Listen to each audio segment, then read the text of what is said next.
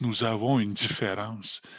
Et c'est cette différence-là qu'il faut entretenir, qu'il faut cultiver, qu'il faut honorer.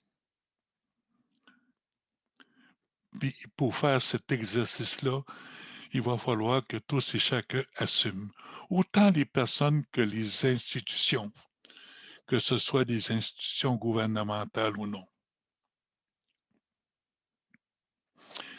Et à la fin de tout, une fois que tout ce sentier-là aurait été mis en place, il va falloir restituer les choses qui nous appartenaient. Mais on a un avantage, nous tous aujourd'hui, face à ce travail-là, face à ces défis-là qui sont nous. On a la technologie qu'il faut. Il s'agit de travailler, il s'agit de réfléchir, il s'agit de trouver une façon de faire. Je comprends mes ancêtres d'avoir eu peur de la technologie dans le temps. Euh, pour ma part, mes parents, la première technologie qu'ils ont rencontrée, ça a été le moteur hors bord. Un petit moteur de 2 forces qui fonctionne avec un certain liquide. Ça nous a enlevé nos rames dans le canot, ce petit moteur-là. Mais ça a été agréable de se promener en moteur, tu sais, sans besoin de forcer. C'est peut-être là qu'est venu le préjugé que les Indiens étaient paresseux, là, tu sais. Je sais pas, mais ça a comme une perception de ça. Nous autres, on s'amusait. On faisait ça, nous autres, régulièrement, voyager en canot, à gang, là, tu sais. Quand le moteur hors bord est arrivé, vous ne pouvez pas imaginer la joie qu'on a eue de s'attacher l'un après l'autre derrière ce petit moteur-là. On n'avait plus besoin de ramer. Durant l'hiver, je demeure au lac Malartic, un chalet. Puis durant l'hiver, à toutes les fins de semaine, il y a un skidoo qui passe pour aller à la cabane à pêche. Il y a un skidoo en particulier qui me fait penser à ça. C'est que le skidoo, il y a le bonhomme, il y a la bonne femme, puis en arrière, il y a un petit garçon qui est attaché sur un traîneau, puis qui s'en va. J'ai toujours dit à ma blonde, voici le couple qui traîne le petit bonheur. C'est magnifique. J'aime ça voir ça. Ce petit bonhomme-là sur le petit traîneau qui s'en va à la pêche. Ben, on était comme ça. C'était le bonheur total dans les familles, juste pour une petite affaire de, de, de, de, de, de modernisme qui est rentré dans notre vie. Puis aussi, ma mère a connu, ma mère étant un pétard, là, tu sais, ma mère était un pétard. Là. Elle était très belle.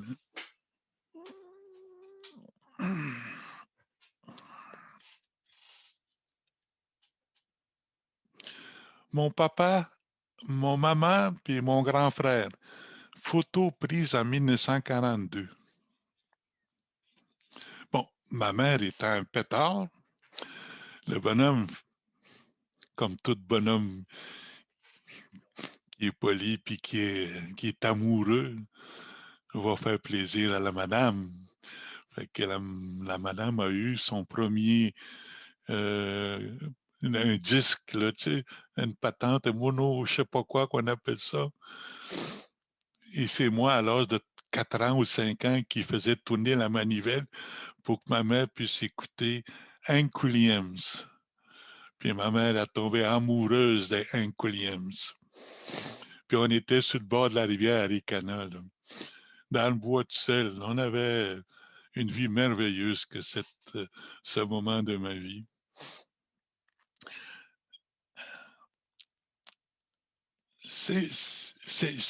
C'est l'introduction de ça qui est faite que on avait pu, à un moment donné, une vie paisible dans le bois. On nous mettait un bâton dans les roues. de ce côté-là.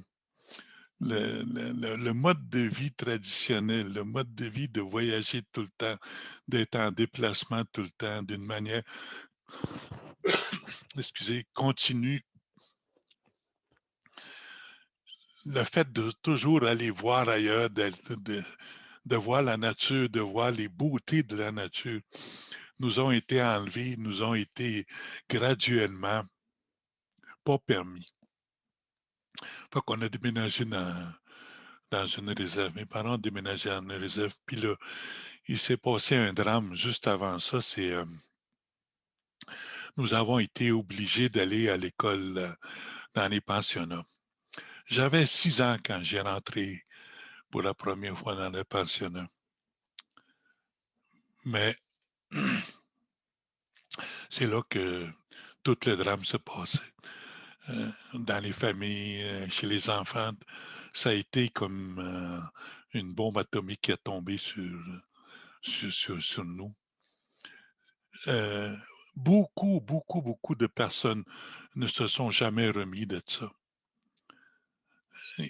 Des nombres, hommes et femmes, et de jeunes hommes et d'adolescents qui n'ont pas été en mesure de survivre à cette situation-là. Les suicides ne se comptaient pas seulement que sur les 2 mains, ni sur les 10 orteils du pied, mais ça y allait en maudit. Il y a la moitié des enfants qui sont allés dans les pensionnats. La moitié ne sont jamais retournés chez eux. Les parents avaient perdu toute connexion à un moment donné de leur état. Ça a été épouvantable.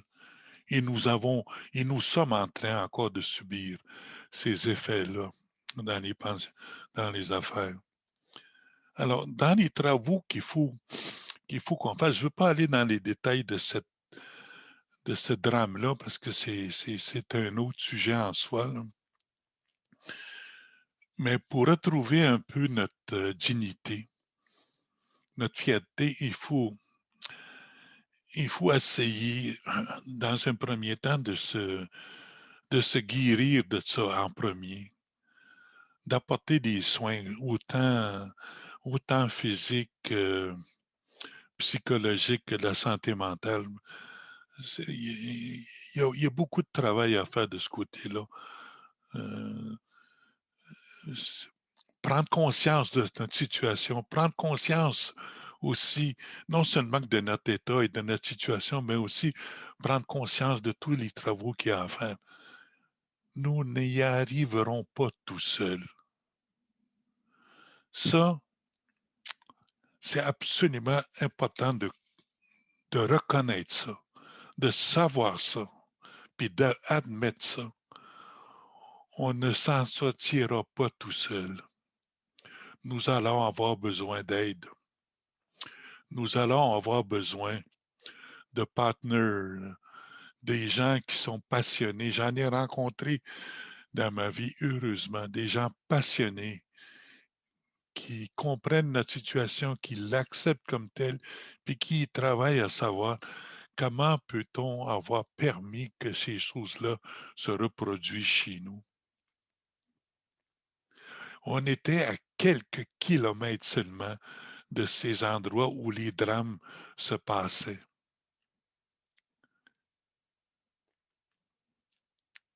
Ils ne pouvaient pas concevoir que ça se passait juste à côté de chez eux.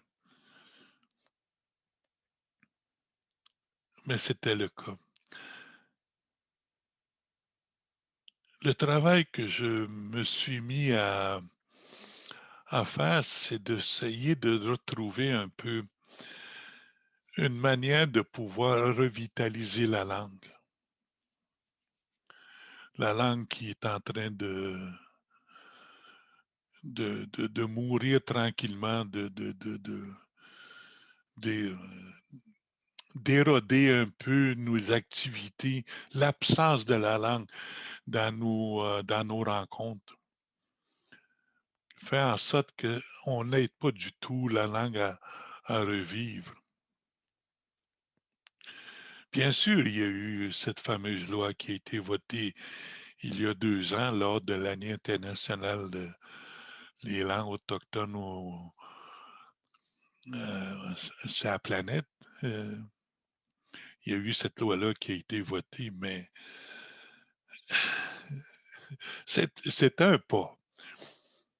Le gouvernement a dit, OK, nous reconnaissons qu'il existe 64 dialectes au Canada, sans mettre, sans admettre que le droit linguistique, c'est un droit fondamental à chaque individu sur la planète.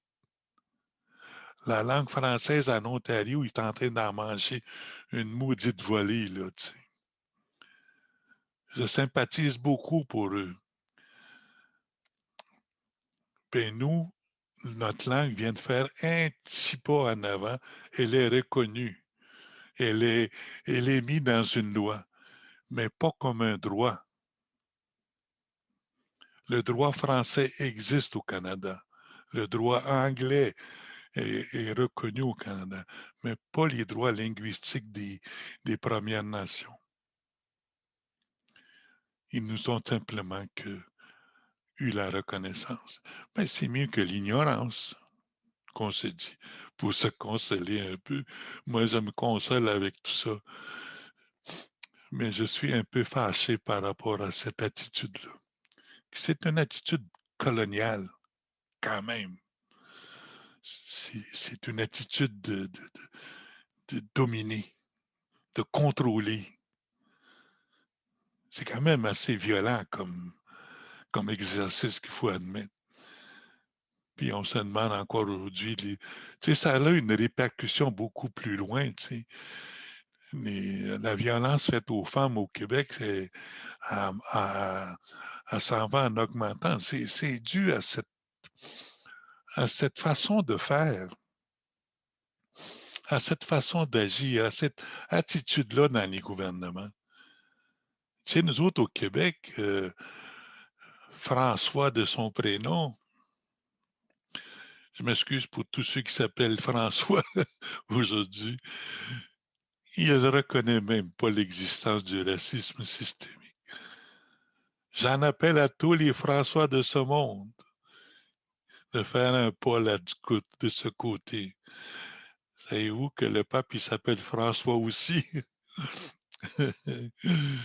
Il y a il y a on dirait qu'il y a des cycles qui se passent dans lesquels le monde veut absolument comme utiliser encore le pouvoir, l'autorité pour faire valoir son point de vue, comme pour faire valoir qu'il a raison. Quelque chose comme ça, en tout cas.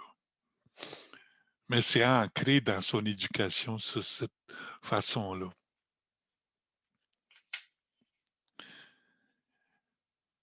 La récupération des patrimoines. Il y a beaucoup d'objets qui nous ont été non pas enlevés, mais qui ont été pris.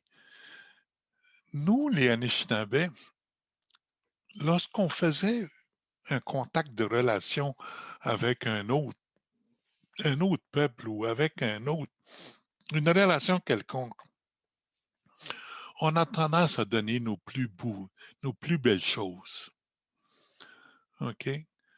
Des choses qui ont une signification pour nous.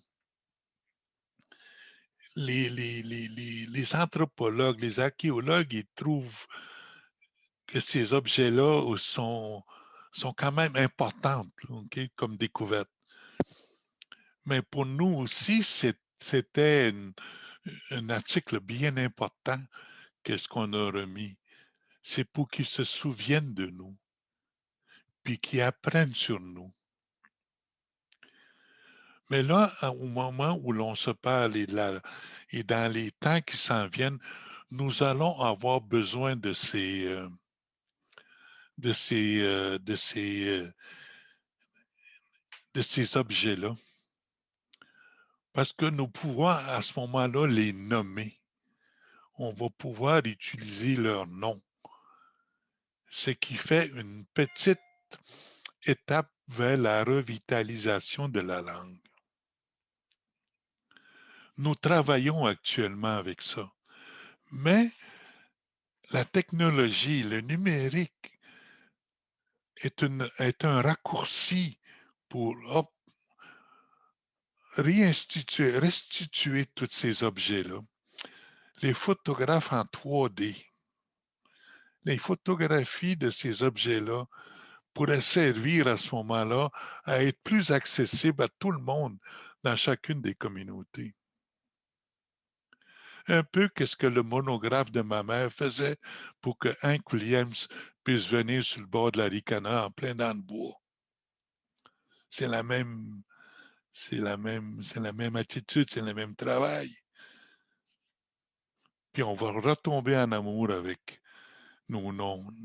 On va retrouver les noms de ces objets-là. Ce qui serait formidable de faire. Mais pour ça, ça prend la maudite argent. Ça prend de l'argent, ça prend des ressources. OK? On a besoin de ces appareils-là. Les appareils qui peuvent photographier en 3D un objet. La reproduction en masse de ces objets-là, de ces photos-là.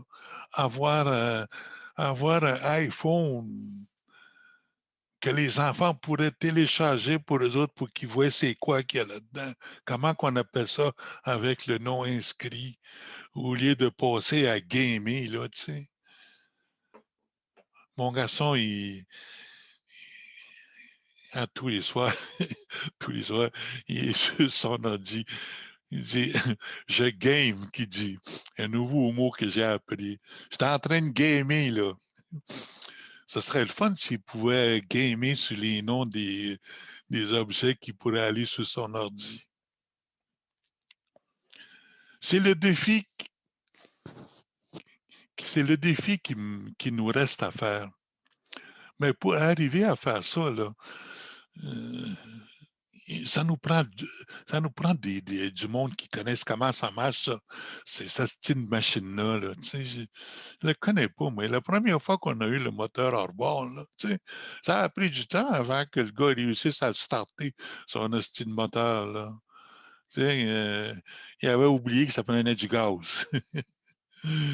Fait que c'est tout, c'est toutes ces affaires-là qui restent à faire qu'il faut qu'on fasse pour arriver à devenir à devenir autonome. Moi, à cette heure, à chaque fois que j'ai un problème avec mon laptop, il faut appeler le gars qui me charge un prix de fou pour la restaurer, mon affaire, parce que j'ai pesé sur un mauvais piton. Fait que je fais un crash de temps en temps, comme un avion qui crash. Mon, mon, mon portable, il crash des fois. Des fois, l'image reste figée. Ça, j'aime ça quand ça reste figé. Surtout quand c'est une face que je voudrais fesser dedans, là, tu sais. Pas François, là, mais les autres, là. Puis, il faut il faut le réparer. En fait, c'est tout un univers pour nous. Nous autres, c'est la Xème fois qu'on rentre dans le monde qui nous envahit pour apprendre comment vivre avec, là, tu sais. Comment est-ce que vous vivez, vous autres, là, tu sais? Puis là, ben, c'est l'ère numérique maintenant. C'est quoi ça, l'ère numérique? Quand tu parles à une personne, à un vrai Indien, là, ou une vraie Indienne, là, qui ne sait même pas que le téléphone existe, là. Tu sais, puis tu lui dis ça, l'ordinateur, là, il décroche tout de suite. Il fait pas. Il a la même réaction que les premiers Indiens que Edward S. Curtis avait photographié. Vous connaissez Edward S. Curtis, le photographe des années 1800, 1900? Allez voir ça sur l'ordi, là, et vous allez voir les tabarnak de belles photos, les beaux hommes qu'on était, les belles femmes qui étaient, les photos originales. Là. C'est merveilleux, ça. Fait que nous autres, on est à la phase de ça parce qu'on ne voulait pas se faire photographier. On ne voulait pas avoir de photos parce qu'on avait toutes sortes de raisons de pas vouloir se faire photographier. Mais c'était aussi une résistance qui s'installait tranquillement à l'introduction de ces nouvelles bébelles qu'on allait devoir à utiliser pour notre survie. Ça n'a pas été, ça a pas été facile, là. Maintenant, on aime bien se faire photographier maintenant, aujourd'hui. On aime ça avoir des belles photos. On dirait que ça rend justice à notre beauté. Ben enfin, la majorité. Peut-être pas tout le monde, là, mais. Ben voilà, je pense que j'ai pas mal. J'ai vidé ma feuille. Ben, merci beaucoup, Monsieur Richard Kistabiche, pour ce témoignage, pour ce partage vraiment très intéressant, très important. Eh bien, écoute, moi, j'ouvre je me tourne vers le public. Est-ce qu'il y en a qui aimeraient poser une question? Vous pouvez soit allumer votre micro, parler de vive voix à notre conférencier, lui poser des questions. Vous pouvez lever la main, pour que je puisse vous nommer, vous voir. J'essaie de... D'accord. Ben, en fait, moi, parce que vous avez vraiment touché plusieurs choses, c'est très vaste, on pourrait en parler pendant plusieurs heures, plus que des heures, plusieurs jours, plusieurs semaines. Mais en fait, j'avais une question par rapport à ce qui touche la langue et tout ça, parce que je ne sais pas si vous pouvez parler là-dessus, mais vous savez, les applications Duolingo, les applications où on peut aller apprendre des langues, des nouvelles langues, avec des exercices et tout ça. Est-ce que, par exemple, il y a sur Duolingo, il y a deux langues Navajo et hawaïenne, qui sont des langues menacées. Et donc, par rapport à... C'est juste un exemple, mais par rapport à tout ça, est-ce que vous pensez que ces compagnies-là, ces applications-là peuvent arriver à bien transmettre la culture, les connaissances, les différents dialectes et tout à travers une application téléphone? Euh, je ne sais pas si vous avez un mot là-dessus. Ben, ben, je pense que oui. Ben, Ouais. moi, j'y crois à ça.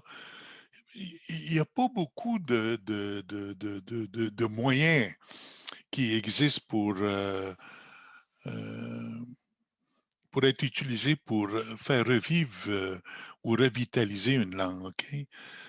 Euh, tu sais, le fameux expression smoke signal, là, c'est des images, ça. OK? Évidemment, lorsqu'on veut faire apprendre une langue, mettons comme la langue anishinaabe, il va falloir expliquer dans un premier temps le concept de l'utilisation de la langue. Notre langue chez nous, anishinaabe, est une langue qui a été utilisée pour pouvoir habiter un territoire puis de prendre soin de ce qui existe sur ce territoire-là. Chaque arbre, chaque feuille, chaque plante avait un nom pour ces affaires-là. Puis chacun de ces plantes-là, de ces arbres-là, avait une fonction. Et cette fonction-là devait être expliquée avec les mots qui désignent cette fonction-là. L'étape de envoyer juste les mots dans une application, c'est noble, OK? C'est correct. C'est c'est c'est un premier pas. Au début de ma présentation, j'ai parlé de l'ignorance que les arrivants ont sur nous. Et il faut remplir, il faut cultiver, il faut entretenir un espace dans lequel la place de l'ignorance soit remplacée par la place de la connaissance. Quel était notre concept de vie, nous? Quel était le concept dans lequel on vivait? Comment ça se fait que nous n'avons pas de genre? On n'a ni féminin ni masculin. Pourquoi que c'est arrivé comme ça?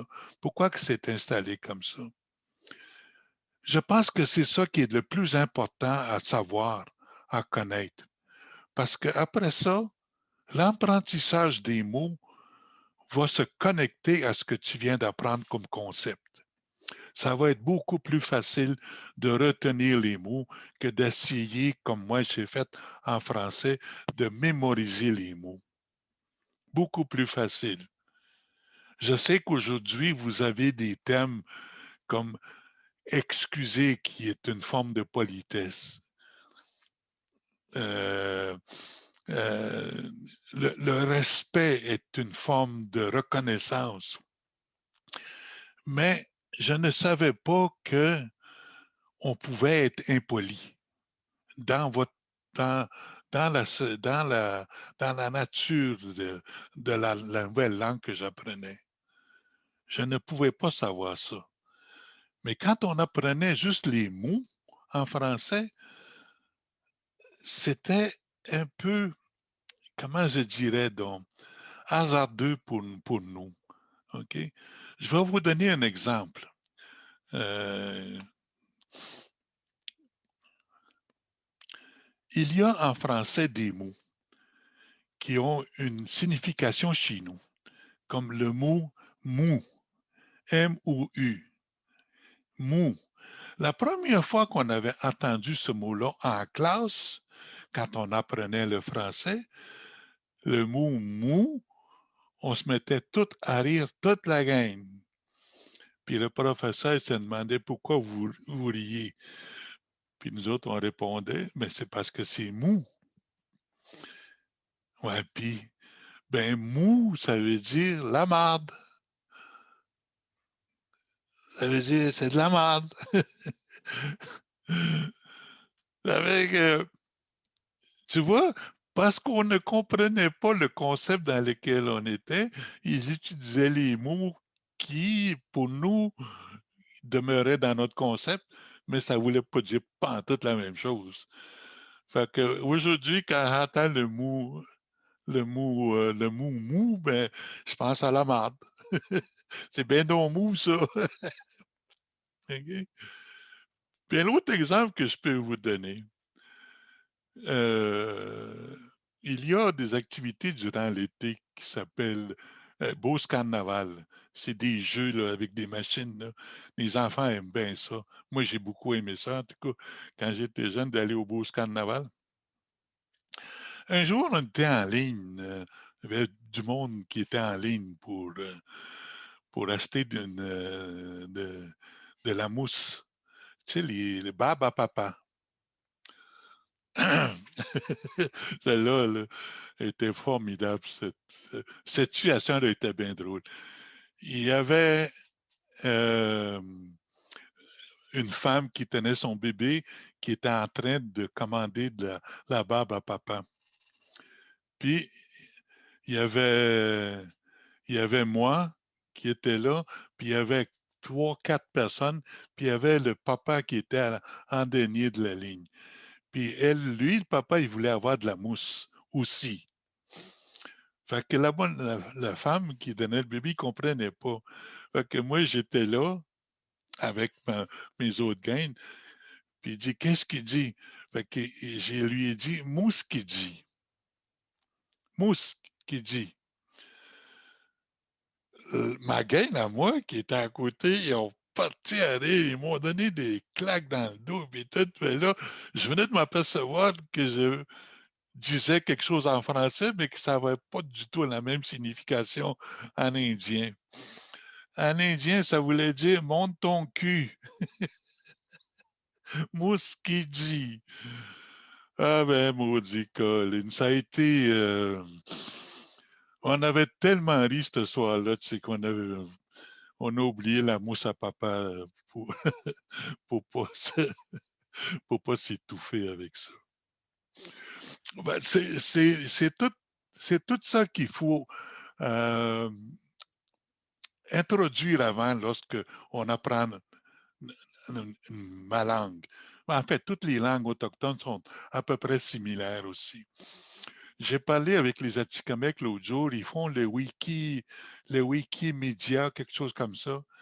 Puis ça fait 5-6 ans qu'ils sont sur ce projet-là. Puis dès qu'on commence à trouver des significations des mots qui sont introduits dans le wiki, ça change totalement la dynamique. Ça fait qu'il faut qu'ils expliquent le concept de la langue, la façon qui est utilisée, puis les particularités de la grammaire ou les particularités des situations d'objets qui sont inanimés puis animés. Et ça fait toute une différence ça, dans la compréhension, mais surtout dans l'apprentissage de la langue. On a tendance à beaucoup de tendances aujourd'hui que je vois, moi, comme chez nous à Val d'Or, là, on voit des mots là, qui n'ont pas de sens, puis que c'est utilisé comme introduction, comme le mot bienvenue. En indien, il n'y en a pas de bienvenue en indien. En anishinaabe, ça n'existe pas, ce mot-là, bienvenue. C'est comme essayer de rentrer les valeurs d'un cercle dans un valeur de carré. Quelle est la superficie des deux, des deux dessins pour que ça puisse matcher? Ma question est toujours là. S'il y en a qui veulent faire l'exercice de savoir quelle superficie que ça prend d'un cercle pour entrer dans un carré ou le carré dans un cercle, j'attends toujours une réponse par rapport à tout ça. Mais c'est ça qui est là. Tu vois, bienvenue, la traduction littéraire de ce mot-là, c'est Mino Pijak. Ça fait pas de sens. Ça ne fait aucun sens. Mais c'est ça qu'on utilise partout, là.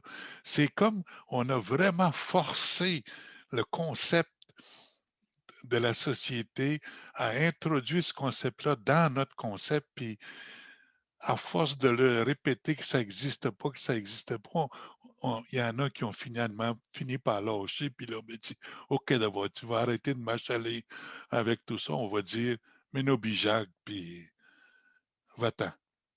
Alors, c'est ça qui est utilisé actuellement dans les vitrines, même dans les universités. L'université de Abitibi-Témiscamingue, ils ont mis ce mot-là à l'entrée principale. J'étais insulté. Mais que veux-tu? Ça indique le manque de connaissances. Donc, ce que je comprends, c'est si, par exemple, moi, j'allais apprendre les mots, sans avoir le contexte, sans avoir la culture, et j'essayais d'avoir une conversation avec vous, on pourrait ne pas se comprendre du tout. Voilà. Voilà. OK. Ouais. Donc, il y a un travail à faire quand même avec le contexte. C'est intéressant à savoir. Est-ce qu'on a encore 10 minutes? S'il y a des personnes dans le public qui auraient des questions, vous pouvez faire soit le mettre dans le chat. Je vois que dans le chat, il y a quelqu'un qui a écrit Alex CAT dit super projet justement de la corporation de la maison du Mulon et Minwashin qui développe un outil numérique qui permettra d'y inclure l'ensemble des archives, œuvres d'art et artefacts qui touchent les Anishtabek du Québec. Donc, ça, c'est un projet qui... OK. Cool. Oh, il y a 2 mains levées. Pardon, ça se peut que je ne les vois pas parce que... Stéphane Gauthier. Stéphane, allez-y, prenez la parole. Stéphane Paquette est là avant moi, donc vas-y, Stéphane. Ben non, je pense que c'était toi, Stéphane Gauthier. Mais mais là, on chicanera pas d'abord. On n'aura pas de chicane de Stéphane ici.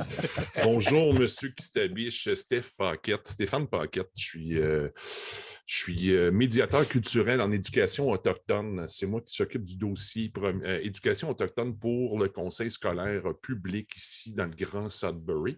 Et je suis très fier de dire aussi que j'ai travaillé en collaboration avec Amélie Brassard pour le projet du podcast pour Minuashin. Donc, je suis finalement content de vous rencontrer parce que j'ai reçu un de vos courriels quand votre courriel a été hacké. Vous m'avez envoyé un courriel sans même m'envoyer un courriel. Donc, finalement, je mets une face au courriel que j'ai reçu. Votre chèque y est dans la malle, comme je dirais. Moi, la grosse question, puis là, je vais poser une question vraiment tough. Une des grosses choses que je trouve difficile en contexte scolaire, c'est le fait que bon, il y a eu toute l'intégration d'éducation autochtone dans le curriculum du ministère de l'Éducation de l'Ontario. Donc là-dedans, que ce soit en sciences, les jeunes maintenant, l'enseignant ou l'enseignante en question, donc sciences 9e année par exemple, bon, on voit les constellations, mais là, on doit avoir les constellations scientifiques et aussi les constellations selon les peuples autochtones, etc., etc. Un des gros problèmes que j'ai, c'est que beaucoup d'enseignants, enseignantes, puis je les blâme pas, ont peur de toucher cette matière-là. Moi, je suis là pour les aider, pour les rendre service, pour essayer de leur trouver des ressources le plus possible. Parce que souvent, ils font, parce qu'on est dans une société où on a qu'est-ce qu'ils appellent en anglais le cancel culture. On a une culture de cancellation. Si tu n'as pas fait quelque chose de correct, on va tout de suite t'éliminer. Tu sais? Et là, tu as plein de profs qui ont peur de faire de l'appropriation culturelle, qui ne veulent pas toucher cette matière-là parce qu'ils ont peur de faire « Regarde, moi, je ne veux pas me faire critiquer parce que j'ai mal enseigné ça ou j'ai mal touché ça. » Et là, appropriation culturelle, il n'y a personne qui peut me répondre, peu importe la nationalité, c'est quoi l'appropriation culturelle? Donc, une ou deux questions. Un, selon vous, c'est quoi l'appropriation culturelle? Ou l'autre, ce serait quoi ton message à ces enseignants, enseignantes-là qui ont peur d'intégrer la matière pour leur donner peut-être un petit comme, hey, c'est correct, man, c'est correct parce que il faut juste l'essayer pour je sais pas si ma question fait du sens, M. Kstabiche, mais Oui. je l'ai posée et c'est trop tard, tu dois la répondre. Je comprends très bien la question, puis je comprends très bien aussi la situation que ça provoque en utilisant ces mots-là, l'appropriation culturelle. C'est dommage que ça a une connotation de défense, OK? Il n'y a pas d'ouverture là-dedans. Je le considère qu'il n'y a pas d'ouverture du tout là-dedans. Je pense qu'il est important, vu qu'il y a eu une longue absence de notre culture, de nous-mêmes dans le système, que ça devient effrayant de pouvoir corriger les préjugés qui en est découlé à cause de cette longue absence-là. Donc, il faut avoir un certain courage pour y arriver à faire ça. Je crois que c'est aussi une façon de renforcer encore plus le colonialisme quand on utilise ce thème-là. Moi, je le vois comme ça. L'appropriation culturelle. L'histoire qui est arrivée à Robert Lepage pour faire son pièce de théâtre en Angleterre a été pour moi un sujet qui m'a donné vraiment beaucoup à réflexion de ça. Conter une histoire qui nous appartient pas, c'est tout simplement qu'une façon de commencer à vouloir répandre cette histoire-là. C'est ceux qui sont pas les connaissants, c'est ceux qui ne savent pas, qui ne sont pas les seuls possesseurs de la vérité, mais je pense qu'il était essentiel d'y aller de ce côté-là. Quand il y a eu ces événements-là d'appropriation culturelle, il y a aussi une émergence qui se produit actuellement dans notre monde de l'éducation, c'est que nous avons de plus en plus de gens éduqués. nous avons de plus en plus d'avocats, nous avons de plus en plus de professeurs qualifiés, nous avons de plus en plus de personnes qui connaissent leur histoire. Nous commençons à avoir de plus en plus des gens qui connaissent leur histoire, qui pourraient être très bien utilisés dans ces questions-là d'introduction de la culture anishinaabe dans le système scolaire. Il faut qu'il y ait un point de départ. Puis le point de départ que moi je dis, c'est par la restauration de la mémoire de nos parents. J'ai développé avec des pédagogues il y a 20 ans un manuel d'histoire sur les pensionnats. Ça s'appelle 100 ans perdus, 100 Years of Lost. J'ai un document ici pour enseigner cette partie-là de l'histoire, une toute petite partie, la partie des pensionnats, sans expliquer toutes les conséquences et les impacts qu'il y a eu avant et après, mais connaître ce qui s'est passé au pensionnat. Fait que ça, on dirait qu'il faut que ce soit défendu, ça. Et on dirait qu'il va falloir absolument avoir des Indiens dans le décor pour pouvoir commencer ces cours-là. Peut-être que c'est une approche qui est peut-être nécessaire pour enlever cette crainte-là, cette peur-là.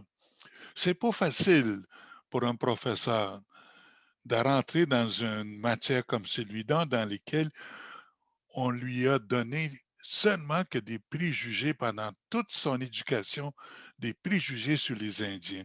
Puis là, tout d'un coup, on se convertit à une nouvelle religion. Tout d'un coup comme ça. C'est l'exemple que je peux utiliser, elle est peut-être tout croche. Elle a été enseignée dans la religion catholique, maintenant il s'en va dans la religion anglicane, qui n'est pas pareil, ou ben non, la religion orthodoxe, quelque chose comme ça. Puis il faut faire des rencontres pour arriver à éliminer cette porte-là là, que nous-mêmes, on utilise souvent, l'appropriation culturelle chez nous aussi. On l'utilise comme un système de défense. C'est pas réfléchi, c'est tout simplement qu'une réaction normale qu'on développe lorsqu'on a été colonisé assez longtemps pour nous permettre de reprendre notre place. C'est un projet en soi, ça, de transition qu'il faut faire avec le ministère, qu'il faut faire avec les autorités. Mais je sais que la majorité des autorités sont toujours très pressées que ça se fasse tout de suite en l'espace de 5 secondes. Toute une affaire qui dure depuis 100 ans. Là, c'est incroyable l'approche des fois qu'on peut utiliser face à ça. J'ai rencontré beaucoup de ministres d'éducation au cours de ma vie, puis ils ont toujours le même crise de défaut. C'est que il faut que ça aille vite, maudit. Il faut faire ça tout de suite. Oui. Mais on le fait tout croche quand on le fait tout de suite. Ouais, Oh. merci. Désolée de vous couper un peu la parole, mais sur ce, vous me donnez beaucoup sur quoi réfléchir. Merci, c'est le temps file. Hein. Merci Richard Kistabiche vraiment beaucoup pour cette conférence très intéressante. Et merci à vous, cher public, d'avoir assisté à cette conférence. Dans quelques minutes, la comédienne Dominique Leclerc vous proposera une scène inédite qui explore l'idée de la cybersurveillance. Tout de suite après, profitez d'une courte séance de yoga avec Marianne Ouellette. Rendez-vous sur la page programme FansLab pour vous brancher à ces activités. À tout à l'heure. Merci tout le monde. Merci, M. Richard Kistabiche. Merci. Et voilà.